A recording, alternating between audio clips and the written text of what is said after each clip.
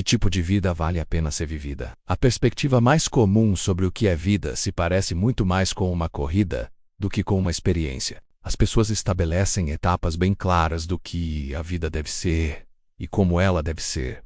Estudar, trabalhar, casar, trabalhar, ter filhos, trabalhar, se aposentar e talvez só então viver. Em parte, são sintomas da supervalorização do trabalho e da produtividade. Mas perguntar qual é o sentido da vida é um questionamento frequente desde que humanos são humanos. No vídeo de hoje nós vamos voltar 2.300 anos no tempo, mas vamos direto para Atenas, na Grécia Antiga. O lugar mais popular da época era provavelmente a Ágora de Atenas, um espaço público muito importante, que era cheio de vida, onde comerciantes dividiam o espaço com espetáculos e discussões acaloradas sobre política, vida e filosofia. Mas nem tudo que sobrou da Ágora foram apenas suas ruínas. Muitas das ideias que foram colocadas à prova naquela época conseguiram sobreviver por todos esses anos. Em uma área especial da Ágora, chamada Pórtico Pintado, foi onde Zenão de Cítio começou a expor suas ideias, que mais tarde dariam origem ao estoicismo. Sim, estoicismo vem de Zenão. Zenão foi uma pessoa bastante azarada. Em uma das anedotas sobre sua vida, dizem que ele era um comerciante bastante rico e próspero, até que fez uma viagem de barco pelo mar Mediterrâneo. Durante essa viagem, enfrentou uma forte tempestade e perdeu todos os seus bens materiais, restando apenas a sua própria vida. Diante de uma situação que faria muitos desistirem de tudo e de todos, Zenão não encontrou outro caminho. Buscou abrigo na racionalidade, para entender como reagir diante da imprevisibilidade da vida. Foi aí que o estoicismo começou a tomar forma, enquanto uma filosofia que busca o uso da razão para lidar com as emoções, evitar os vícios e cultivar as virtudes. Para isso, seria preciso encarar a vida com uma certa apatia. Isso significa evitar os excessos da paixão, ao não se empolgar demais com os prazeres e nem se afetar demais com os males. Mas esqueça por um momento o senso comum. As palavras apatia e paixão têm significados diferentes do que imaginamos. Apatia ou apatheia vem do grego, a de negação, e pathos de paixão. Logo, apatia seria a ausência de paixões, mas em um sentido bem específico. Paixão como um estado perturbado da alma, uma emoção controladora e violenta. Para atingir a tranquilidade, a apatia exige identificar e separar as coisas que temos controle daquelas que não temos. E essa não é uma tarefa fácil.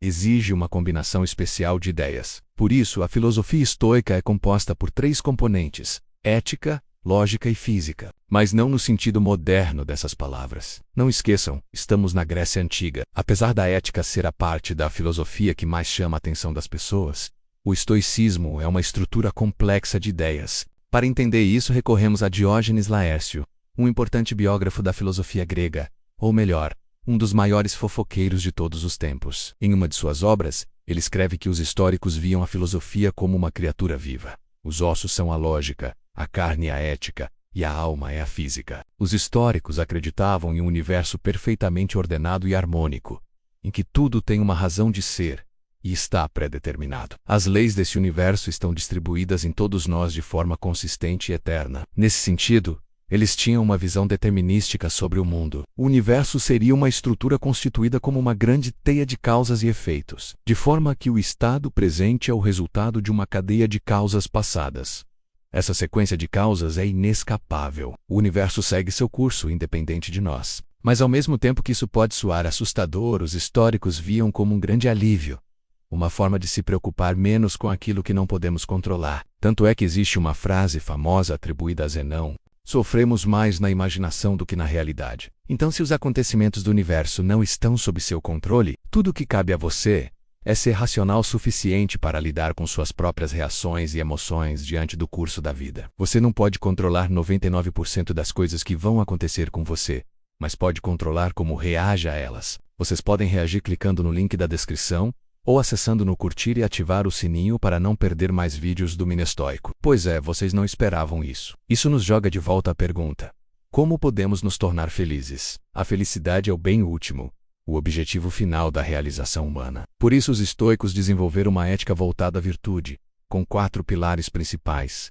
sabedoria, justiça, coragem e moderação. A sabedoria é compreender os eventos do mundo de forma lógica e calma. A justiça é agir sem injustiça ao avaliar pessoas e situações. A coragem é conhecer o que deve temer e o que deve suportar. A moderação é equilibrar desejos, buscando simplicidade e afastamento dos vícios. Todas elas são complementares e constituem o que chamamos de virtuosidade. Mas agir virtuosamente só é possível se conhecermos a natureza do cosmos de forma racional. Devemos saber que nossa natureza humana se diferencia da natureza de outros seres, porque temos uma racionalidade mais desenvolvida. Por isso, agir conforme as leis da natureza é agir racionalmente. Caso contrário, estaríamos desrespeitando a estrutura do universo, indo contra o inevitável fluxo de acontecimentos. Por exemplo, a vida, a beleza, a força, a reputação e a riqueza, e seus opostos como a feiura, dor, fraqueza e pobreza, são indiferentes. Elas não possuem em si mesmas nenhum valor positivo ou negativo. Somos nós que fazemos delas boas ou ruins. Por isso devemos ser apáticos sobre acontecimentos que nos são impostos. Mas atenção,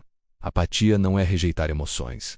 É saber controlá-las. Não é ser passivo diante do mundo. É saber até onde você pode agir. O mundo é opaco e as leis da natureza são invencíveis. Mas isso não nos isenta da responsabilidade por nossas ações. Não podemos controlar doenças, mas podemos fazer escolhas saudáveis para evitá-las. Mesmo assim, se ficarmos doentes, nos resta aceitar com coragem e sabedoria. Não temos controle sobre as ações dos outros. Eles podem nos amar ou nos odiar, mas podemos evitar a raiva e cultivar justiça e moderação. Tudo que nos acontece é um empréstimo do universo, inclusive a vida. Ser sábio é reconhecer isso. Ter coragem é saber que podemos ter glória sem ser arrogantes e perder sem ser derrotados. Com o passar dos anos, o estoicismo se espalhou além da Grécia Antiga, florescendo em Roma com Zenão, Epicteto e o imperador Marco Aurélio. Dos ensinamentos de Epicteto, temos relatos de seus discípulos, pois ele não deixou nada escrito. Já Marco Aurélio deixou sua obra Meditações, como um diário sobre como lidar e aperfeiçoar suas atitudes, orientações para ele mesmo conduzir sua vida enquanto imperador romano. Cada um deles teve uma vida particularmente difícil. Epicteto foi escravo por muito tempo e Marco Aurélio governou Roma por quase 20 anos. Portanto,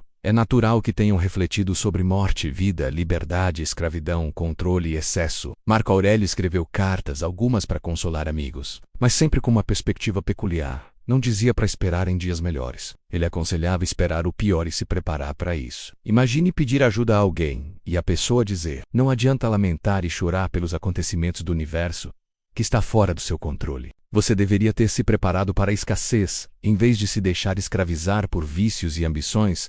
O conselho é claro. Seja racional, aprenda sobre as virtudes e tenha a coragem e sabedoria de aceitar a inevitabilidade dos eventos da vida, com tanta apatia quanto possível. Pode ser duro, talvez nada motivacional, mas, para os estoicos, quanto antes compreendermos que os maiores sofrimentos não vêm dos fatos do mundo, mas do julgamento que fazemos deles, melhor será nossa vida. E qual é a maior desgraça? A morte.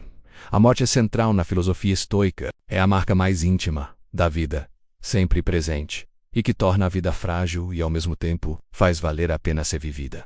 Zenão dizia: a vida é um aprender a morrer.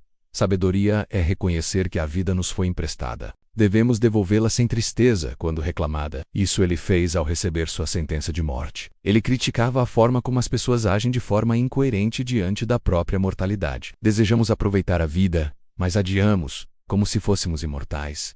Só percebemos nossa fragilidade quando perdemos algo. Só então agimos como mortais. A vida não é breve, mas nós a tornamos breve quando nos dedicamos a coisas fora do nosso controle.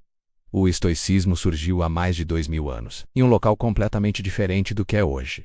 E ainda assim, somos unidos pelas mesmas dúvidas. E você? O que é vida? Como ela deve ser vivida?